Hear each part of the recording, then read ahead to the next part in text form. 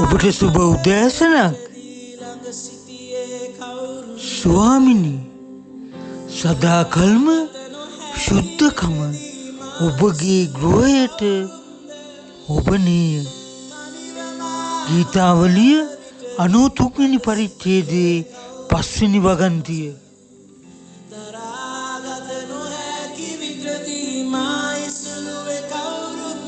ශුද්ධකම කියන්නේ විශේෂ දෙයක්. මොකද අපේ දෙවියන් වහන්සේ ජීවිත 100ක් ශුද්ධ දෙවියන් වහන්සේ. ඒ නිසා ශුද්ධකම නැතුව අපිට උන්වහන්සේට නමස්කාර කරන්න බෑ සහ උන්වහන්සේ අනුව යන්න බෑ. ඉතින් අපි උන්වහන්සේව අනුගමනය කරන අය විදිහට අප තුළ ශුද්ධකම අනිවාර්යෙන් තියෙනවා. ඔබට සුබ දවසක්. ජේසු පීඨයි. ඔබේ කරුණාව නොමැතිනම් මා ජීවන් නොවේ. ඔබේ කරුණා දයාගුණේ සැමදාමත් මට ඕනේ.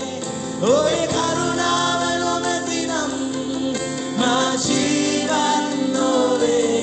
යේසුනී මා කැඳවූ දෙවිදේ මා කැඳවූ දෙවිදේ මා ස්පර්ශ කළේ. ඔබ නොමැතිව මා කිසිත් නොවේ. මා කැඳවූ දෙවිදේ මා ස්පර්ශ කළේ.